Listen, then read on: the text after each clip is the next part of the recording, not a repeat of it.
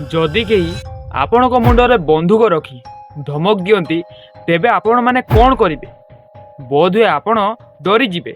किंतु आम भारतीय इतिहास रे एपरि जणे बालक थिले जिए 12 वर्ष बयस रे बंधुक आगरे छिड़ा होई कहिथिले मु तुमकू डरे नाही।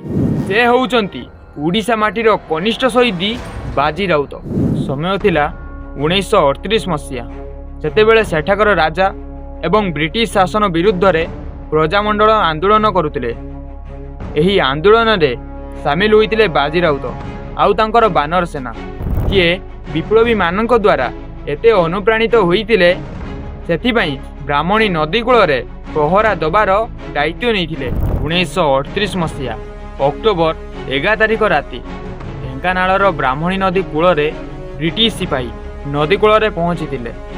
सेमाने बाजी को नदी पार करने पई आदेश देले आ बंदूक देखाई डराइबाकू चेष्टा कले। किंतु बाजी निर्भय रे कहिले तुम भली अत्याचारी को मु नदी पार कराइबी नाही। यह शुणिया परे इंग्रेज माने रागी जाई बाजी को गोली मारिदेले। अनेक समय रे आमको कहा जाए जे स्वाधीनता आमको शांतिपूर्ण भाव में मिली, किंतु प्रकृत सत्य सेया नुहे। सत्य होउची बाजी राउतंक भली अनेक हजार हजार विप्लवी रक्त रे ए देश स्वाधीन होइची।